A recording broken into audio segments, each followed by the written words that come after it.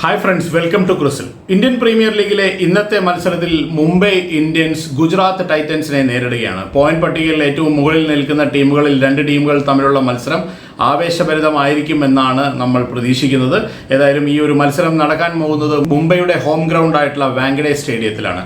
വാങ്കഡേ സ്റ്റേഡിയത്തിൽ എപ്പോഴും നമ്മൾ പറയുന്നത് പോലെ തന്നെ ഇനീഷ്യൽ സ്റ്റേജിൽ ബോൾ മനോഹരമായിട്ട് സ്വിംഗ് ചെയ്യാനുള്ള സാധ്യത കൂടുതലുള്ള ഒരു ഗ്രൗണ്ടാണ്. അതുകൊണ്ട് തന്നെ ആദ്യത്തെ പവർ പ്ലേ, അതായത് ഒരു 6 ഓവർ അല്ലെങ്കിൽ ഒരു 8 ഓവർ വരെ ബോൾ നന്നായിട്ട് സ്വിംഗ് ചെയ്യാനുള്ള സാധ്യതയുണ്ട്.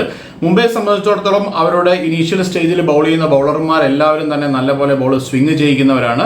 ഗുജറാത്ത് ടൈറ്റൻസിനും അതുപോലെ തന്നെയാണ്. മുഹമ്മദ് സിറാജിനെ പോലെയുള്ള ബൗളർമാർക്ക് വളരെ നന്നായിട്ട് ബോൾ സ്വിംഗ് ചെയ്യിക്കാനായിട്ട് സാധിക്കും.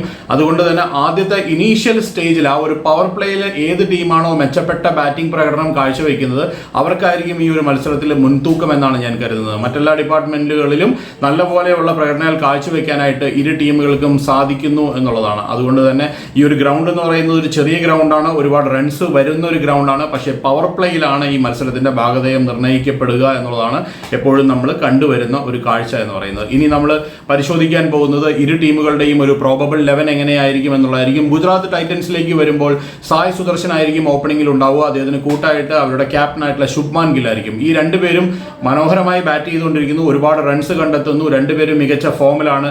ഇവർ നൽകുന്ന തുടക്കമാണ് ഗുജറാത്ത് ടൈറ്റൻസിനെ വലിയ സ്കോറുകളിലേക്ക് എത്താനായിട്ട് എപ്പോഴും സഹായിച്ചു കൊണ്ടിരിക്കുന്നത്. രണ്ടുപേരും മികച്ച ഫോമിലാണ് ബാറ്റ് ചെയ്തുകൊണ്ടിരിക്കുന്നത്. അതുപോലെ തന്നെ നമ്പർ 3 പൊസിഷനിൽ വരുന്ന അവരുടെ വിക്കറ്റ് കീപ്പർ ബാറ്ററായിട്ടുള്ള ജോസ് ബട്ട്ലറും അതുപോലെ തന്നെ ഒരു മികച്ച ഒരു ബാറ്റിംഗ് പ്രകടനമാണ് കാഴ്ചവെച്ചുകൊണ്ടിരിക്കുന്നത്. ഈ 3 താരങ്ങളുടെ പ്രകടനമാണ് ഗുജറാത്ത് ടൈറ്റൻസിനെ സംബന്ധിച്ചിടത്തോളം ഏറ്റവും പ്രധാനപ്പെട്ടത് എന്നുള്ളതാണ്.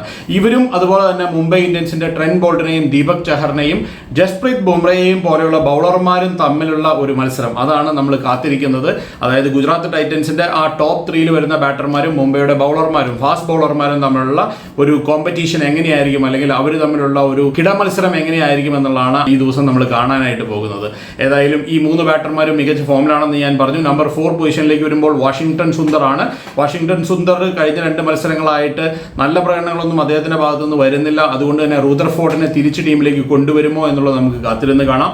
നമ്പർ 5 പൊസിഷനിലേക്ക് വരുമ്പോൾ ഷാരൂഖ് ഖാൻ ആണ്. വലിയ ഓപ്പർച്യൂണിറ്റീസ് ഒന്നും ലഭിച്ചിട്ടില്ല. നമ്പർ 6 പൊസിഷനിൽ വരുമ്പോൾ രാഹുൽ തവാട്ടിയാണ്. രാഹുൽ തവാട്ടിയും അതുപോലെ തന്നെ വലിയ പ്രകടനങ്ങൾ കാഴ്ചവെക്കാനുള്ള അവസരമൊന്നും ലഭിച്ചിട്ടില്ല. പക്ഷേ ആദ്യത്തെ 3 ബാറ്റർമാർ പരാജയപ്പെടുകയാണെങ്കിൽ മിഡിൽ ഓർഡർ പരീക്ഷിക്കപ്പെടും എന്നുള്ള കാര്യത്തിൽ യാതൊരു സംശയവുമില്ല. ആ ഒരു സമയത്ത് ഷാരൂഖ് ഖാനും അതുപോലെ രാഹുൽ തവാട്ടിയും എങ്ങനെയാണ് ബാറ്റ് ചെയ്യാൻ പോകുന്നതെന്ന് നമുക്ക് നോക്കാം. നമ്പർ 7 പൊസിഷനിലേക്ക് വരുമ്പോൾ റഷീദ് ഖാൻ ആണ്. റഷീദ് ഖാൻ ബോൾ കൊണ്ട് ഈ വർഷം അത്ര മികച്ച ഒരു പ്രകടനമല്ല കാഴ്ചവെച്ചുകൊണ്ടിരിക്കുന്നത്. അദ്ദേഹത്തിന് പല മത്സരങ്ങളിലും ഒരുപാട് റൺസ് വഴങ്ങേണ്ടതായിട്ട് വരുന്നു എന്നുള്ളതാണ്. നമ്പർ 8 പൊസിഷനിലേക്ക് വരുമ്പോൾ കഴിഞ്ഞ മത്സരത്തിൽ അവർ ജെറാഡ് കോട്സിയ എന്ന് പറയുന്ന താരത്തിനെയാണ് കളിപ്പിച്ചത്. അദ്ദേഹം ഒരു നല്ല ഒരു ഓൾറൗണ്ടർ ആണ്. അത്യാവശ്യം നല്ലപോലെ ബാറ്റ് ചെയ്യാൻ കൂടി സാധിക്കുന്ന ഒരു ഫാസ്റ്റ് ബോളറാണ് ജെറാഡ് കോട്സിയ. അതുപോലെ തന്നെ നമ്പർ 9 പൊസിഷനിലേക്ക് വരുമ്പോൾ മുഹമ്മദ് സിറാജ് ആണ്. മുഹമ്മദ് സിറാജിന്റെ പ്രകടനം ഗുജറാത്ത് ടൈറ്റൻസിൽ വന്നതിന് ശേഷം വേറിട്ട് നിൽക്കുന്നു എന്ന് പറയാതെ വയ്യ. നമ്പർ 10 പൊസിഷനിലേക്ക് വരുമ്പോൾ സായ് കിഷോർ ആണ്. സായ് കിഷോർ മികച്ച ബൗളിംഗ് പ്രകടനമാണ് കാഴ്ചവെക്കുന്നത്. പക്ഷേ അദ്ദേഹത്തിനെ കൊണ്ട് മുഴുവനായിട്ട് ബോൾ ചെയ്യിക്കുന്നില്ല. കാരണം ഇനീഷ്യൽ സ്റ്റേജിൽ ഓപ്പോസിറ്റ് ടീമിൽ ലെഫ്റ്റ് ഹാൻഡർ ബാറ്റർമാർ ഉള്ളത് കൊണ്ട് തന്നെ അദ്ദേഹത്തിനെ കറക്റ്റായിട്ട് ഉപയോഗിക്കുന്നില്ല എന്നുള്ളതാണ്. കഴിഞ്ഞ മത്സരത്തിലൊക്കെ വെറും 4 ബോളുകൾ മാത്രമാണ് അദ്ദേഹത്തിന് ബോൾ ചെയ്യാനായിട്ട് ലഭിച്ചത്. ഇനി നമ്പർ 11 പൊസിഷനിലേക്ക് വരുമ്പോൾ പ്രസിദ്ധ് കൃഷ്ണ ഈ ഒരു സീസണിൽ തന്നെ അവരുടെ ഏറ്റവും മികച്ച ബൗളറായി മാറിക്കൊണ്ടിരിക്കുകയാണ്. ഈ IPL തന്നെ ഏറ്റവും മികച്ച ബൗളറായിട്ട് മാറിക്കൊണ്ടിരിക്കുകയാണ്. ഒരുപാട് വിക്കറ്റ് വീഴ്ത്താൻ അദ്ദേഹത്തിന് സാധിക്കുന്നു. ഒപ്പം തന്നെ റൺസ് വിട്ടുകൊടുക്കുന്നതിൽ പിശുക്ക് കാണിക്കുകയും ചെയ്യുന്നു എന്നുള്ളതാണ്. ഇനി അവരൊരു ഇമ്പാക്ട് സബായിട്ട് ഉപയോഗിക്കാൻ പോകുന്നത് ഇഷാന്ത് ശർമ്മയായിരിക്കും എന്ന് തന്നെയാണ് നമ്മൾ പ്രതീക്ഷിക്കുന്നത്. ഇനി മുംബൈ ഇന്ത്യൻസിന്റെ ഒരു പ്രോബബിൾ പ്ലേയിങ് ലെവലിലേക്ക് വരികയാണെങ്കിൽ റിയാൻ റിക്കിൾട്ടൺ തന്നെയായിരിക്കും ഓപ്പണിംഗിൽ ഉണ്ടാവുക. അദ്ദേഹത്തിന് കൂട്ടായിട്ട് രോഹിത് ശർമ്മയായിരിക്കും. രണ്ടുപേരും നല്ല പ്രകടനങ്ങൾ കാഴ്ചവെച്ചുകൊണ്ടിരിക്കുന്നു. രോഹിത് ശർമ്മ മികച്ച ഫോമിലേക്ക് എത്തിയിരിക്കുന്നു എന്ന് പറയുന്നത് മുംബൈയെ സംബന്ധിച്ചിടത്തോളം വലിയൊരു കാര്യമാണ്. ഇവർക്ക് ആദ്യം റൺസ് കണ്ടെത്താനായിട്ട് സാധിച്ചിരുന്നില്ല. ഇവർ രണ്ടുപേരും ഫോമിലേക്ക് വന്നതോടുകൂടി മുംബൈ വേറൊരു ടീമായിട്ട് മാറിയിരിക്കുകയാണ്. ഇനി നമ്പർ 3 പൊസിഷനിലേക്ക് വരുമ്പോൾ വിൽ ജാക്സ് ആയിരിക്കും എന്ന് പ്രതീക്ഷിക്കുന്നു. അതുപോലെ തന്നെ നമ്പർ 4 പൊസിഷനിൽ വരുമ്പോൾ ഇൻഫോം ബാറ്ററായിട്ടുള്ള സൂര്യകുമാർ യാദവ് ആയിരിക്കും. നമ്പർ 5 പൊസിഷനിലേക്ക് വരുമ്പോൾ തിലക് വർമ്മ കുറച്ച് മത്സരങ്ങളായിട്ട് നല്ല പ്രകടനങ്ങൾ കാഴ്ചവെക്കുന്നില്ല. പക്ഷേ ഏത് സമയവും തിരിച്ചു വരാൻ പറ്റുന്ന ഒരു പ്ലെയറാണ്. നമ്പർ 6 പൊസിഷനിൽ ഹാർദിക് പാണ്ഡ്യ ബോൾ കൊണ്ട് മികച്ച പ്രകടനങ്ങൾ കാഴ്ചവെക്കാൻ സാധിക്കുന്ന താരമാണ്. ബാറ്റ് കൊണ്ടും അതുപോലെ തന്നെ ആ ഒരു മിഡിൽ ഓവേഴ്സിൽ അല്ലെങ്കിൽ ഒരു ലാസ്റ്റ് ഓവേഴ്സിലൊക്കെ നല്ലപോലെ റൺസ് കണ്ടെത്താൻ സാധിക്കുന്ന താരമാണ് ഹാർദിക് പാണ്ഡ്യ. നമ്പർ 7 പൊസിഷനിൽ നമൻദിർ ആണ്. നല്ല അടികൾക്ക് കഴിവുള്ള താരമാണ്.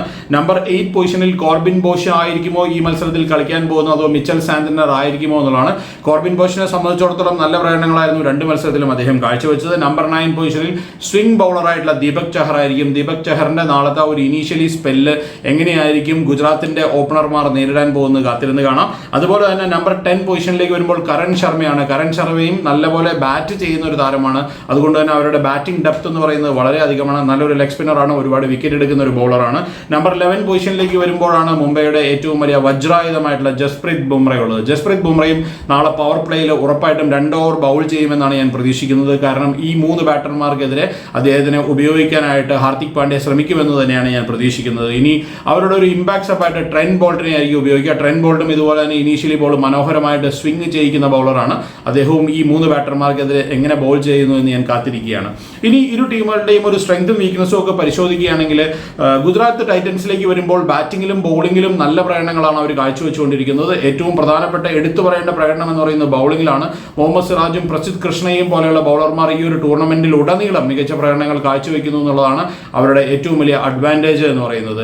ഒരു ഡിസഡ്വാൻറ്റേജ് എന്ന് പറയാനുള്ള ഒരേ ഒരു കാര്യം എന്ന് പറയുന്നത് ആദ്യം 3 ബാറ്റർമാർ ഫെയിലിയർ ആവുകയാണെങ്കിൽ മിഡിൽ ഓർഡറിൽ വരുന്ന ബാറ്റർമാർ പരീക്ഷിക്കപ്പെടും എന്നുള്ളതാണ്. അത് എങ്ങനെയായിരിക്കും ഗുജറാത്ത് ടൈറ്റൻസ് കൈകാര്യം ചെയ്യാൻ പോകുന്നത് എന്നുള്ളതാണ് ഒരു ചോദ്യം എന്ന് പറയുന്നത്. ഇനി മുംബൈ ഇന്ത്യൻസിന്റെ ഒരു ശക്തിയും ദൗർബല്യവും പരിശോധിക്കുകയാണെങ്കിൽ എല്ലാ ഡിപ്പാർട്ട്മെന്റിലും നല്ല പ്രകടനങ്ങളാണ് കാഴ്ചവെച്ചുകൊണ്ടിരിക്കുന്നത്. ജയിക്കാൻ തുടങ്ങി കഴിഞ്ഞാൽ ഒരു മികച്ച ടീമായി മാറാനുള്ള ഒരു പ്രത്യേക കഴിവ് മുംബൈ ഇന്ത്യൻസിനുണ്ട് എന്ന് പറയാതിരിക്കാനാവില്ല. അതുകൊണ്ട് തന്നെ അവരുടെ ഒരു ഹോം ഗ്രൗണ്ടിൽ എസ്പെഷ്യലി ഒരു ഡേഞ്ചറസ് ആയിട്ടുള്ള ഒരു സൈഡാണ്. അവരെ തോൽപ്പിക്കുക എന്ന് പറയുന്നത് ഒട്ടും ഈസി ആയിട്ടുള്ള ഒരു കാര്യമല്ല.